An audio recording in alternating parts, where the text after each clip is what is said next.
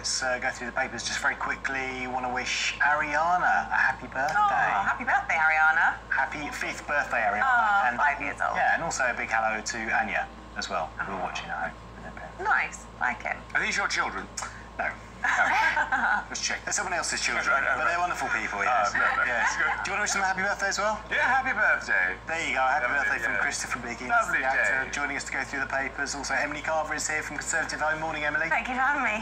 Right, where should we start? Well, let's start with the front of the Times, Christopher Biggins, Yes. because it's an interesting poll that's been put together in collaboration with YouGov and the Times newspaper. And what have they found when it comes to Tory voters? They're giving a warning to Truss over cost of living fears. I mean, everybody in this lead up to the leadership, they're all offering us anything we want, which is, of course, ridiculous because we won't get it. But they're saying get inflation down before cutting tax, the voters have urged, which is true. I mean, we're about to embark on some very depressing times. Yeah. And they're not helping at all, these two contestants for this role. I mean, I think it's just ridiculous what they're offering. You know, and I think they think nowadays we're not stupid. We know about inflation, about, you know, taxing, and, you know, where's this money coming from? Nowadays, we're not stupid. No. People in the past. I mean, this is tricky, isn't it, for Truss, because she's obviously been saying that we can cut taxes now and get inflation under control at the same time, whereas Rishi's been, you know, more fiscally prudent, arguably, and said, no, now's not the time to cut taxes. What I would say is that it's been annoying me recently in the media that tax cuts have been presented as handouts, as if allowing us to keep a little bit more of our money is in some way a handout. And I do think that's a bit of a manipulation of language there. A handout is, well, redistributing wealth from one person to another. Cutting taxes is just allowing you to have some more of your money. Are you saying that that's a portrayal by the media, or because this is in relation to comments Penny Mordaunt made defending the sort of apparent U-turn from Liz Truss that she wouldn't give handouts to deal with the cost of living crisis, and Penny Mordaunt saying, well, actually, we'd just make sure people could hold on to their own money? Yes, and it's sort of the two have been equated and they're not really the same. So that's just been annoying me. Right. Tax cuts aren't akin to benefit payments or welfare payments or, you know, the like. But what do you make of this kind of backtracking by the Truss camp on handouts? Because it seems as though with this cost of living crisis and the likes of Gordon Brown getting involved, calling for urgent action on this, as though it's going to be impossible just to solve the problems that are going to be in the next Prime Minister's inbox with tax cuts. Yeah, I mean, I think I'm probably more on the Truss camp in terms of that I would favour tax cuts over more and more handouts. So if you allow people to keep more of their own money, then that's the same exercise, really. That's the same outcome. People have more money to spend. Except that the people who would benefit the most from tax cuts would be people who are paying taxes, but perhaps those that need the handouts the most would be the ones that are the poorest and most deprived. Yeah, and that's why Rishi Sunak has, you know, created all these different, you know, welfare payments, hundreds of pounds here and there. How far it goes when it comes to the winter, I don't know. But how much can we afford to hand out, I don't know either. I've got It's all very difficult. a great idea about the energy bills, which of course everybody is terrified of. I mean, nobody wants to go into this winter of discontent that we're about to go into. But my idea, I think it's quite simple. We simply don't pay it. And we get everybody, I don't know how we do it, but we get everybody... Mass civil disobedience. Yes, exactly. We say, no, we are not going to pay these bills. If you want to cut us off, fine. If you want to put us in prison, fine, but we are not going to pay it. And this is millions and millions of people saying this. Yeah. Because, you know... Christopher, that is outrageous. Yes. Why? Also, the knock-on impact. If you don't pay your bills, then the energy companies, what? How are they going to supply us energy? Well, how that? But they're making billions of pounds, these energy companies. Yeah. Well, there's a lot to actually fact-check on that one. Yes, they've had very big profits this year. Previously, remember in 2020, when you know, oil and gas was only $10 a barrel. You know, it goes up and down. Oh, it must have been terrible. It goes up and down, Christopher. But I do think a lot of people are just going to refuse, which will be very interesting to see what happens. Well, I think people not want to refuse, but they won't be able to pay it. Physically hard. Yeah. Physically hard. A lot of people are saying whoever the Conservative Party picks to be their leader, neither candidate has a policy that is going to do enough going forward. I don't think they are. And all they're doing is telling us lies, which of course the politicians love to do, in order to get our vote. Well, of course, we don't have to vote for them yet. But on the cuts v handouts, I think that at least Truss has been talking about scrapping some of those levies on our energy bills, which would go some way. I mean, it's not going to make up for, doubling prices. Why can't they go further, though? That's what I don't understand. Why can't they be really bold and go, right, this is what the experts say we need, so this is how I'm going to find it? Yeah. I don't understand why they can't do that. No, I agree. Is it because it can't be done? I think they're worried about not bringing in enough money into the Treasury to obviously pay for all our public services and all our needs, etc., etc. And of course, they've been borrowing at the rate of knots. So they're worried about that. But did you read reports over the weekend? It's not on our list, but it was about Spain and how they're tackling it. It's a slightly different issue, but trying to wean themselves off Russian oil and gas. And that's right. Putting a cap on air conditioning at 27 degrees during a heat wave with often temperatures in the 40s, and in winter a maximum heating temperature of 19 Celsius. And I did wonder, I mean, it's hugely controversial and unpopular in Spain as a law, but do you think these sorts of measures might end up being discussed over here in the UK as ways to try and not a bad idea. Tackle the cost of living crisis? Maximum 19 Celsius. What temperature do you like your house in winter, for example? You don't know. I don't understand every room because I'm in a new build, so I'm quite obsessive in knowing about what temperature. I mean, I like it really toasty. Yeah, so do I. Probably shouldn't. I like to walk around in my underwear. Cold at night, warm in the day. Yeah. I think. Yeah. Right, moving on. Emily, migrant crisis. Yes. Which is the ongoing migrant crisis. Page 10. Matter. I mean, it does seem to be getting worse and worse, ironically, since Priti Patel announced the Rwanda scheme. But this article in the Times essentially says that smugglers are dropping their prices, cutting their prices, so more and more people are getting on these boats. And this article does, I'm afraid to say, it does rather debunk the myth that all of the people crossing the channel are asylum seekers. It's very clear from where people are coming from that it's people seeking a better life and thinking that they can have a better life in the UK for whatever reason. Apparently 4 in 10 of those crossing at the moment are from Albania. Albania obviously has a history of conflict, but at the moment it is, no less peaceful than many countries in the world, also Iran and so on. And the nice weather is also contributing, of course, to more and more people crossing the channel.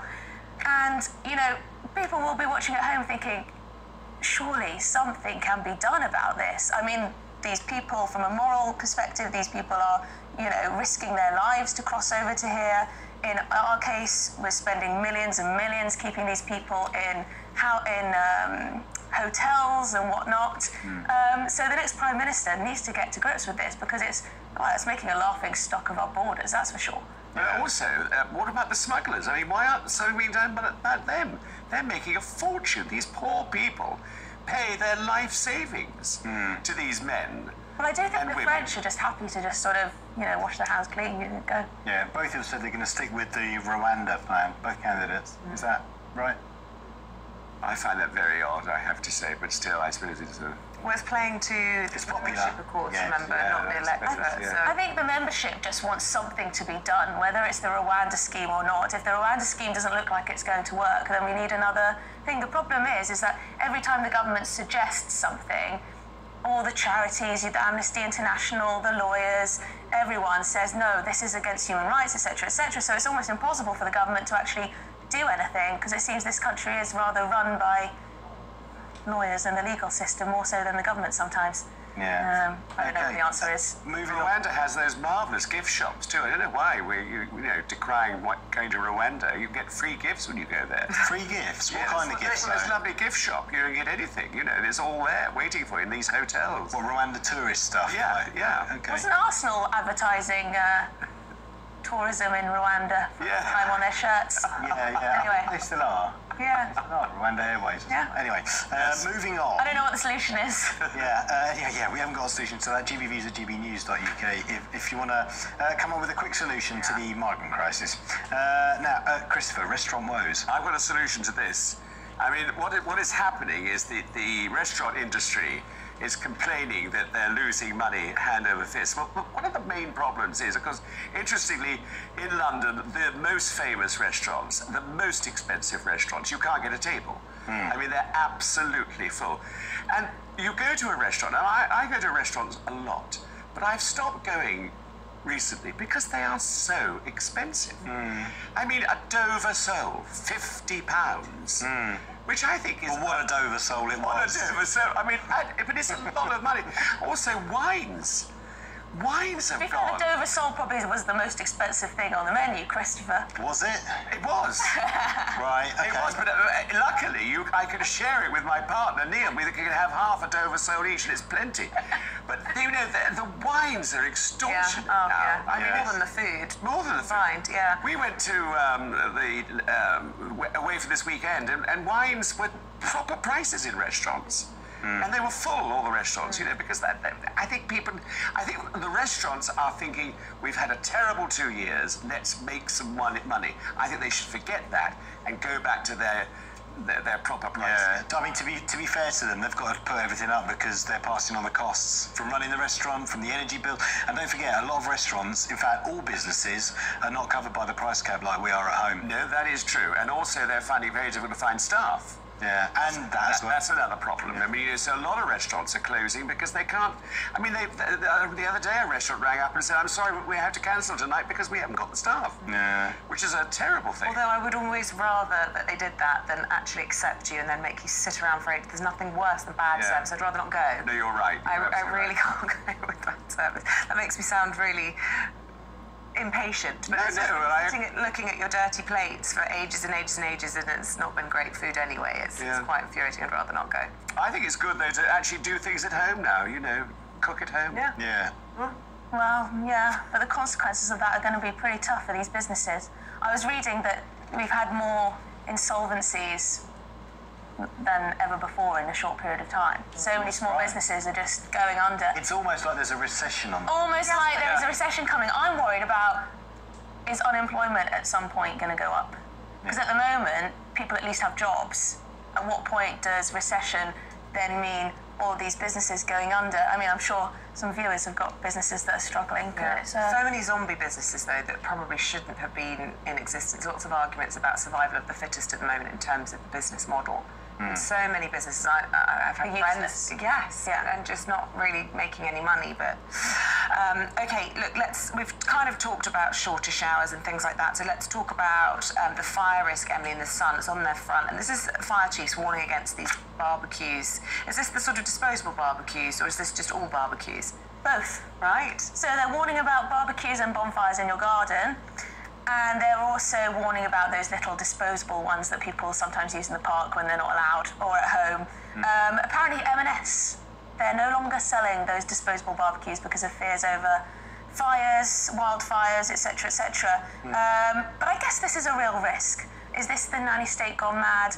I don't know. That we did see fires earlier in the heat. That is not the nanny. Yeah, exactly. I think this is probably just sensible. But I do think people should be able to decide if they have a barbecue at home. Yeah. But the problem with these disposable trays is that often teenagers and young people take them into the park, leave them to sort of, you know, cool down, and of course they could catch onto dry grass. So I think people need to exercise a bit of responsibility. Yeah, not have and them, not do anything too mad. Awful barbecues. I hate them. Well, the disposable ones. I know. Or any barbecue. Any barbecue. Any barbecue. Any barbecue. What is it you don't like about In it? fact, the food is never cooked properly. It's, you know, it's a lot of ego. Is that the barbecue's fault, or is that the person operating the barbecue? Well, it's everybody's fault. A lot of ego with the A lot of ego. To be fair, It's a man's ego. Look at me flabbing to stand there. my barbecue. There's no ego in London's top restaurants, though. No, of course not. Yeah, exactly, yeah. No, but I mean, you know, these men who are half naked there, standing there. Sounds wonderful. Where's you going to? With their Dover sole on the barbecue. Freshly caught. Yeah, exactly, yeah, half each. Well, there we go. There'll be no naked barbecues this summer, apparently. That would help. These fire chiefs are, Far too hot. Yeah. Look, we're going to leave that there on that note, that lovely note. And we'll have more from Biggins and Emily in about 7:30 thereabouts. Oh, dear.